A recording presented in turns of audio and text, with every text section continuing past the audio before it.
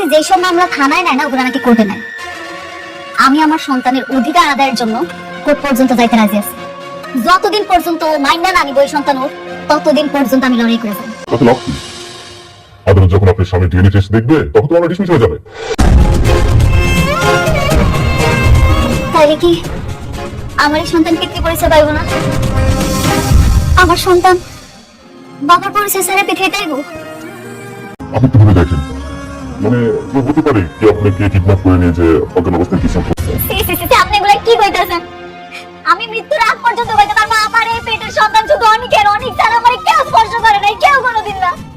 ঠিক আছে, কিন্তু সমাজ সমাজ, এই সমাজেরই তো ভয় পাই আমি, এর জন্যই তো এত কিছু করতেছি। আচ্ছা, আমার সন্তানটা জন্মের পর কি কলঙ্কিত হয়ে জন্মগ্রহণ করবো? আমি মানুষের কাছে কি করবো? আমার তো মাঝে মাঝে মরে যেতে ইচ্ছা করে। আমি কেমনি কি করবো? আপনি একটু উপায় দেন, আপনি একটু উপায় দেন আমাকে। আপনি শান্ত হন, আপনি বরং বাসায় চলে যান, দেখি কোনো ব্যাপারে আপনাকে আমি জানাবো।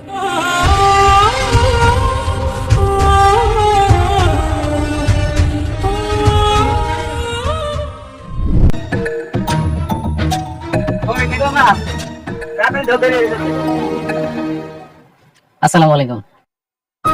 ওয়ালাইকুম আসসালাম। তুমি তুমি এখানে কি জন্য? আঙ্কেল, আমি আসলে একটা প্রস্তাব নিয়ে এসেছি। প্রস্তাব?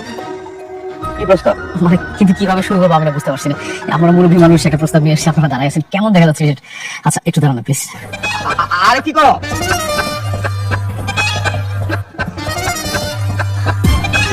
আপনারা বসেন না প্লিজ। বসেন না, বসেন বসেন বসেন। আরে বসাবসি পরে, তুমি আগে কি কইতে চাইছিলে সেটা কও। আঙ্কেল, আপনারা তো জানেন যে আসলে আমার বাবা মা নেই, আমি এতিম। আজকে যদি তারা বেঁচে থাকতো তাহলে এই প্রস্তাব নিয়ে হয়তো তারাই আসতো। আরে এসব আমারে কইয়া কি হইব? আচ্ছা বাবা, তুমি না কি প্রস্তাবের কথা কইলা? সেইটা করছো। আমি তো সেটাই বলতে চাচ্ছি, কিন্তু আপনারা তো দাঁড়িয়ে আছেন। একটু বসেন না, বসে শুনেন। না কও। আমি আপনাদের মেয়ে মেঘলাকে বিয়ে করতে চাই। কি? এই, তুমি জানো না মেঘলা বিয়ে হয়েছে? মেঘলা জামাই আছে? আঙ্কেল, হ্যাঁ জানি তো জামাই আছে, কিন্তু ও জামাই তো একটা বেইমান। আপনি দেখছেন না আঙ্কেল, ও নিজের সন্তানকে কিভাবে অস্বীকার করতেছে? আমি মেঘলাকে খুব ভালো করে চিনি, ভালো করে জানি, আর এটাও মানি আমি যে ওই সন্তানটা অনেকেরই।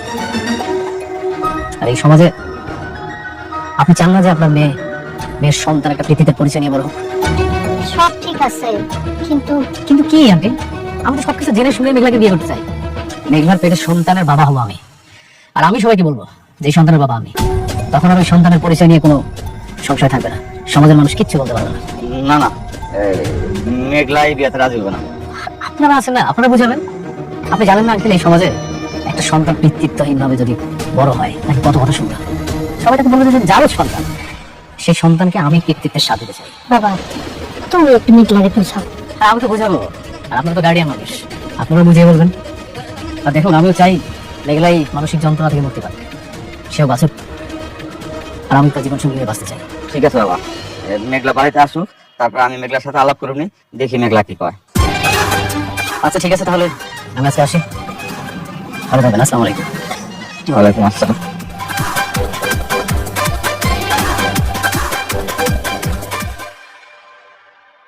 একটা কথা বলি বন্ধু, আমার না কেন জানি বারবার মনে হচ্ছে তোমার স্ত্রীর পেটে যে সন্তান সেটা আসলে তোমারই। এই উদ্ধার কথাটা তুমি কিভাবে বলো? ডিএনএ টেস্ট করা হয়েছে, কিছুই মিল পাওয়া যায়নি। আচ্ছা ঠিক আছে, মিল পাওনি এটা আমি বুঝতে পারছি, তারপরে মনের ভিতরে একটা ঘটকা লাগে, বুঝছো? বাচ্চাটা আসলে তোমার অনেক। ডিএনএ টেস্ট তো ভুল হতেই পারে, তাই না? এইসব বাদ দিয়ে কাজে মনোযোগী হোক। আমাদের যে সাইডের কাজটা চলছিল সেটার কাজ কত যত দ্রুত সম্ভব পার্টিকে হ্যান্ড ওভার করতে হবে। এটা আপডেট কি? জি স্যার, কাজগুলা এই উইকের মধ্যে হয়ে যাবে। ঠিক আছে, যত দ্রুত সম্ভব কমপ্লিট করো। এই ফাইলটাতে আমি সিগনেচার করে দিয়েছি, এটা কমপ্লিট করবে। নাও।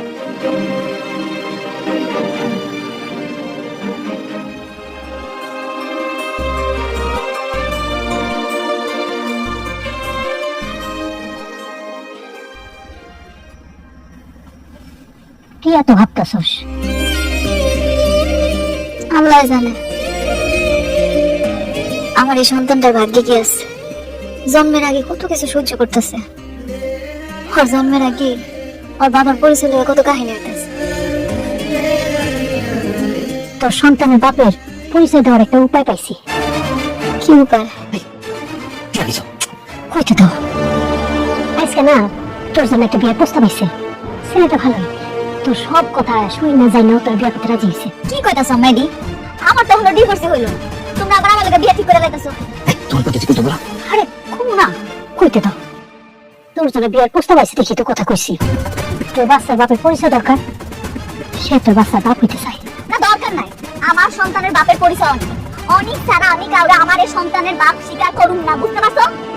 তোমার কথা কথা বলতে বলো, হ্যাঁ? তারপর গল্প গল্প গল্প করতে থাক। আজ একটা সময় গেছে।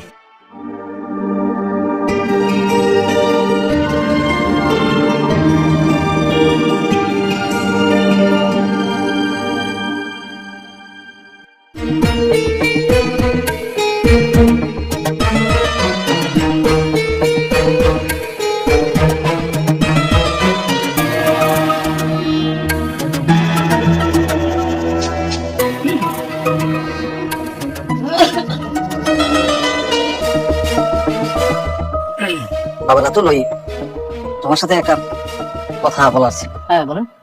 তোমার চাচি বলতেছিল তুমি নাকি ওই যে অনেকের বোর্ডে বিয়ে করবে, এটা তোমার একটা ফাইনাল ডিসিশন তুমি নিয়ে ফেলছো। হ্যাঁ নিয়েছি তো, কিন্তু কেন নিয়েছি সেটা তো বলেছি।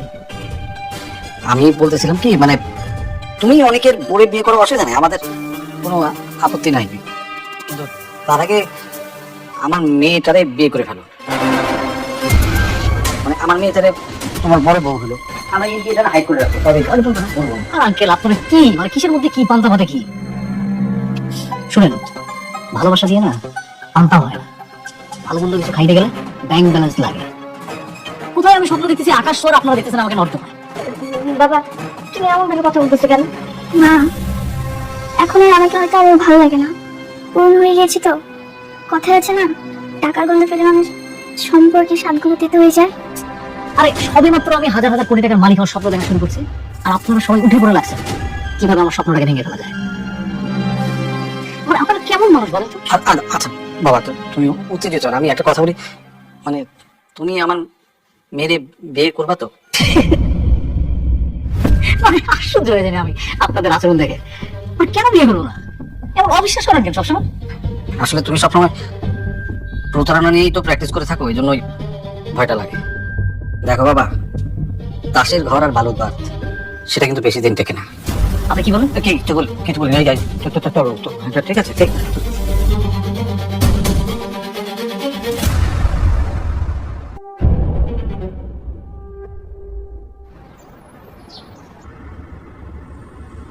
বন্ধু তুই কেমন আছিস? তোর কি গন্ডারের চামড়া রে? তোকে আমি এতবার অপমান করি তারপর তুই চলে আসিস? আরে গন্ডারের চামড়া হয়ে গেল, এটা হচ্ছে ভালোবাসা। আচ্ছা তুই একটা জিনিস বারবার বলে যাস, তোর পৃথিবীতে আপন বলতে কেউ আছে? আমার পৃথিবীতে আপন বলতে কেউ আছে? দেখ, আমার যদি আপন বলতে কেউ থাকে সেটা তুই, তোর যদি আপন বলতে কেউ থাকে সেটা হচ্ছে আমি। এইসব বলার জন্য তুই এখানে এসেছিস? আরে না বন্ধু, আমি একটু বড় দায়িত্ব নিতে যাচ্ছি। এখানে ভাবলাম যে আসলে আমরা অনেক খোঁজাখুঁজি করে দেখলাম যে আপন মানুষ কে আছে আমার, খুব খুঁজে দেখলাম যে তুই ছাড়া আর কেউ নাই। এই জন্য ভাবলাম যে আমার কাছের মানুষটাকে একটু মিষ্টি খাওয়াই আসি আমি। ভনিতা না করে ইয়ার করে বল, কি বলার জন্য এখানে এসেছিস? বন্ধু খাবার জিনিস ফেলা দিলে এরকম কথা। আচ্ছা বস, বসে শোন। দাঁড়ায় কথা, তুই না সবসময় শুধু এক্সাইটেড হয়ে যাস। শুনবি শোন, তোর প্রথম স্ত্রী মেঘলা, দেখ বেচারি না আসলে এখন বর্তমান কেউ নাই আপন বলতে। একদিকে এক একটা মেয়ে, আবার আরেক দিকে ফেটে একটা সন্তান, সেই সন্তানের আবার কোনো পরিচয়ই নাই। এসব বলার জন্য তুই এখানে এসেছিস? ও আচ্ছা, মেঘলা তো তোকে কাজ দিয়েছিল, মেঘলা দালালি করার কন্ট্রাক্ট নিয়েছিস নাকি? আরে না না, এমন কিছুই না। শোন, আমি হচ্ছে তোর প্রথম স্ত্রী মেঘলা, আর তোর অনাগত সন্তানের দায়িত্ব নিতে যাচ্ছি। আর বন্ধু হিসেবে আমার একটা দায়িত্ব আছে না বল? আর ওর সন্তানের তো আমার একটা পরিচয় লাগে। এই জন্য আমি তোর স্ত্রীকে বিয়ে করে তোর সন্তানের বাবা। মেঘলা তোকে বিয়ে করবে? কেন করবে না? তুই তো দ্বিতীয় বিয়ে করে খুব সুখে আছিস, ওখানে একা থাকবে। এগুলোতে আমাকে কেন বলছিস? আমি কি এবার শুনতে চেয়েছি নাকি? আচ্ছা এত বড় একটা সুসংবাদ আমি তোকে না দিয়ে থাকতে পারি বল? তুই একবার ইমাজিনেশন করে দেখ, তোর অনাগত সন্তান আমাকে বাবা বলে ডাকবে, আবার তোর প্রথম স্ত্রী মেঘলা, তার সাথে আমার বিয়ে হবে, আমরা একসাথে থাকবো।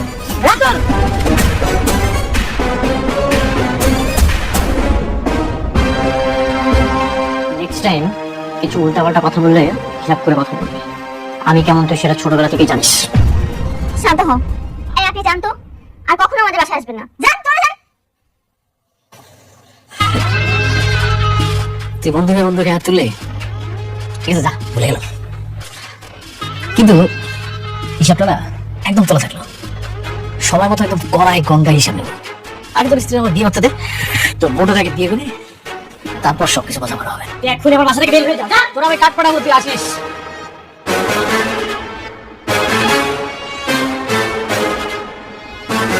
তোর এত বড় সাহস, আমার সামনে দাঁড়িয়ে আমার সাথে উল্টা পাল্টা করে কথা বলে। তার কি দোষ? তোমার স্ত্রী তো তাকে বিয়ে করতে চেয়েছে, এজন্য সে জানাতে এসেছে। যা মন চাই তা কর, আমাকে কেন বল? তোমার স্ত্রী তোমাকে ডিভোর্স না দিয়ে বিয়ে কেন করতে চাচ্ছে সেটা তুমি জানতে চাইছো?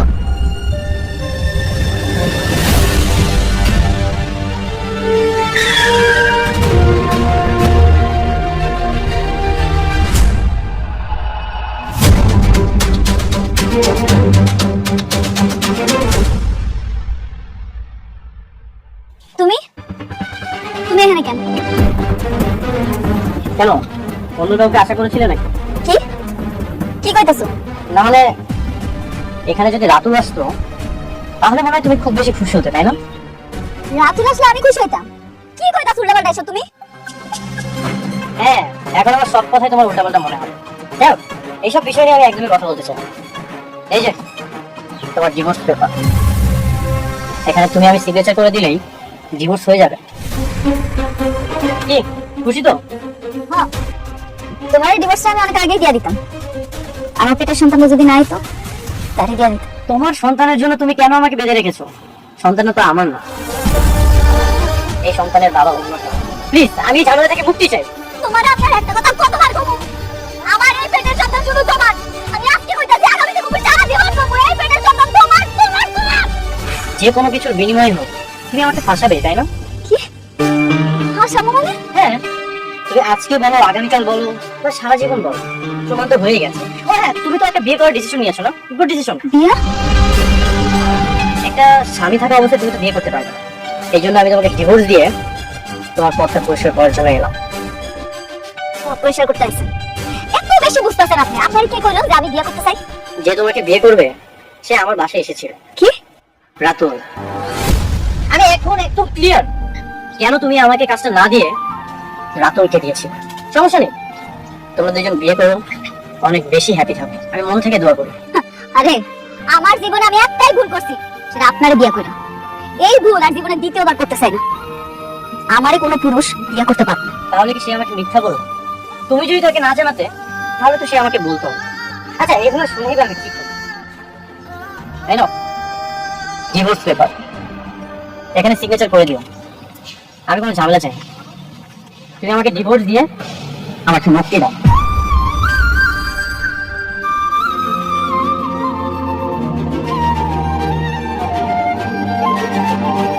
আম্মা!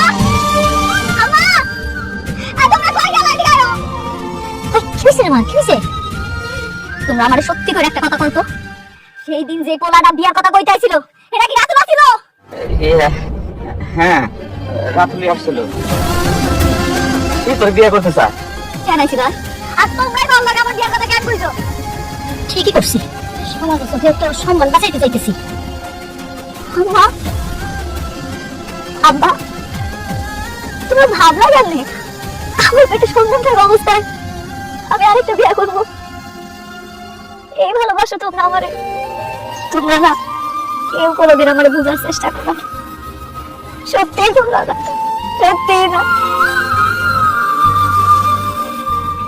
শালিমা বিল্ডার্স আমাদেরকে প্রজেক্ট দেয়নি তো কি হয়েছে? আমরা এর থেকে ভালো ভালো প্রজেক্ট এগিয়ে যাব। কিন্তু মেঘলা বাড়ির সাথে যদি তোমার ঝামেলাটা না থাকতো তাহলে আমি তো খুব সহজ। এই নামটা তুমি আর কখনো উচ্চারণ করবে না। আচ্ছা ঠিক আছে, এখন রাতুল যদি মেঘলা বাড়িকে বিয়ে করে তাহলে তো সে তাকে অনেকভাবে ইউজ করবে। কিন্তু আমি না এখন পর্যন্ত বুঝতে পারছি না মেঘলা বাড়ির শালিমা বিল্ডার্স গ্রুপে কি করে। কি আর করবে? আমার তো মনে হয় শালিমা বিল্ডার্সের যে ম্যানেজার ওকে খুশি করে তারপর মেঘলা চাকরিটা পেয়েছে। তাই বলে এত ক্ষমতা?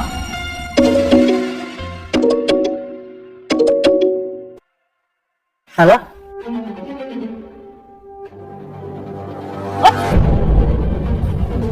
ঠিক আছে, আমি এখন আসছি। আমাদের সাইডে একজন শ্রমিক মারা গেছে।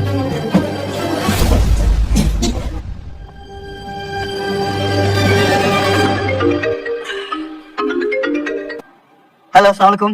আচ্ছা, উত্তরা 17 নম্বর সেক্টরে একটা প্রজেক্টে একজন শ্রমিক কাজ করতে গিয়ে অ্যাক্সিডেন্ট করে মারা গেছে। আপনারা এই ব্যাপারে কোনো ব্যবস্থা নিচ্ছেন? ব্যবস্থা নেবো কি নেবো না সেটা তো আমাদের ব্যাপার, কিন্তু আপনি কে? আমি শ্রমিক ইউনিয়নের সভাপতি।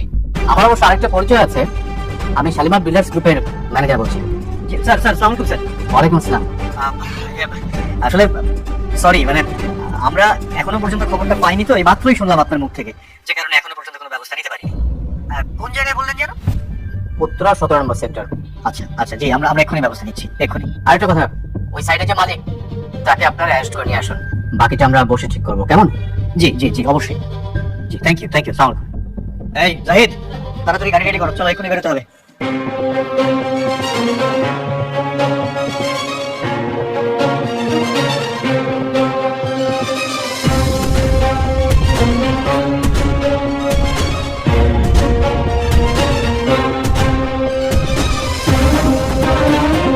কিভাবে কি হলো? স্যার সাইডে কাজ চলতেছিল স্যার, সম্ভবত উপর থেকে পা স্লিপ করে পড়ে গেছে স্যার। স্লিপ করে পড়ে গেছে মানে? তুমি কথা কি রে? আমি কতবার তোমাকে বলেছি সেফটি ফার্স্ট, নিরাপত্তা আগে, তারপর কাজ। স্যার আমি নিচে ছিলাম, হঠাৎ করে একটা সাউন্ড হলো, আমি দৌড়ে এসে দেখি এই অবস্থা স্যার। দেখে আপনার সরেন তো।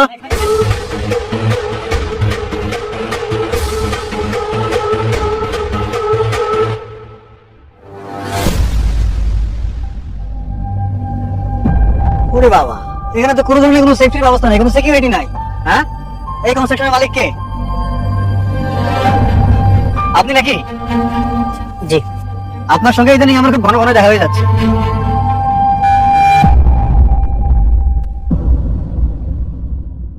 চলেন থানায় চলেন আমাদের সাথে। থানাতে যাব মানে? বুঝতেছেন না কেন যাবেন? আপনার সাইটে কাজ করতে গিয়ে উনি মারা গেল, আপনি কোনো সিকিউরিটি দিতে পারেন না শ্রমিকদেরকে, এই দায়িত্ব তো আপনাকে নিতে হবে নাকি? আমি সব ধরনের সিকিউরিটি ব্যবস্থা করে রেখেছি, এখন ওনারা যদি এগুলো না মানে আমার তো কোনো দোষ নেই। এই সমস্ত যুক্তি তর্ক যা দেবার আপনি থানায় গিয়ে দেবেন, আদালতে দেবেন। এই জাহিদ স্যার, হ্যান্ডকাপ পরো। আপনারা থানাতে যান, আমি আমার লয়ারের সাথে কথা বলছি। লয়ারে বলবেন থানায় এসে আগে আমার সাথে কথা বলতে, তারপরে আপনার সাথে কথা বলতে। হ্যাঁ, আপনারা রেখে যাবো মানে? এই পড়াচ্ছ না কেন হ্যান্ডকাপ? আরে আপনারা কি করছেন? কথা কম বলেন।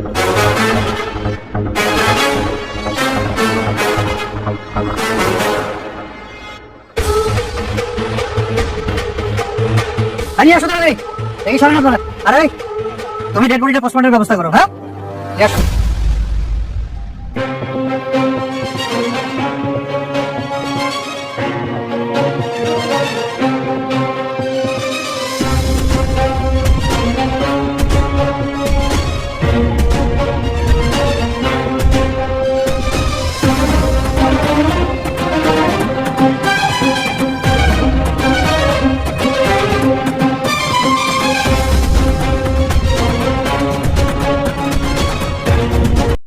তারপরে যদি লাগে আমি ইয়ে করাম নে দিলাম নে মামা গাড়ি লিয়ে আসতেছি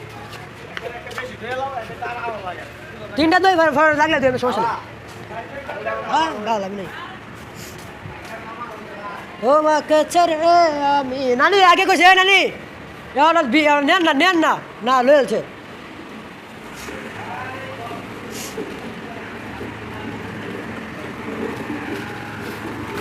আমি তোমার কাজল রাখবো আর মনের কথা হাজার দিয়ে তোমার ছবি আঁকবো মনের কথা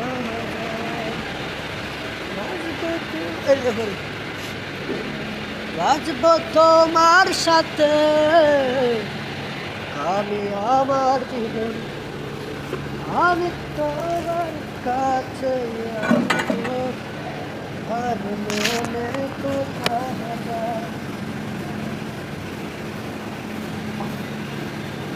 তোমার কাছে রাখবো সারাদিন তুমি বৃষ্টি হয়ে নামলে বৃষ্টি হয়ে নামলে আর কোনো চিন্তা আমার আমি তোমার কাছে থাকবো আর মনের কথা হাজার আগিয়ে তোমার রাখবো আর সারাদিন বৃষ্টি হয়ে নামলে, ওই বৃষ্টি হয়ে নামলে, আর কোনো চিন্তা নাই।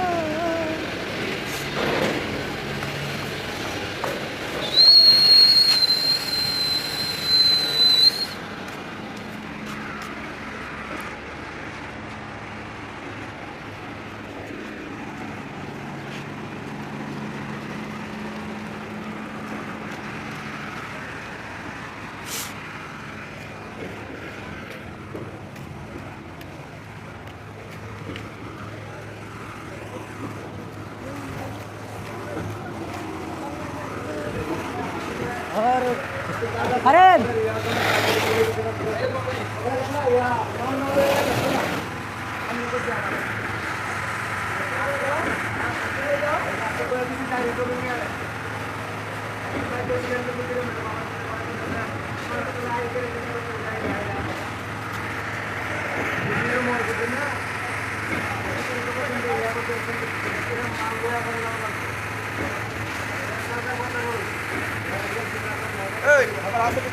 আছে আছে ওই আছে ওই বিমা আছে বলে দেন কোনটায় বাস্তবিক একটা বিমা আছে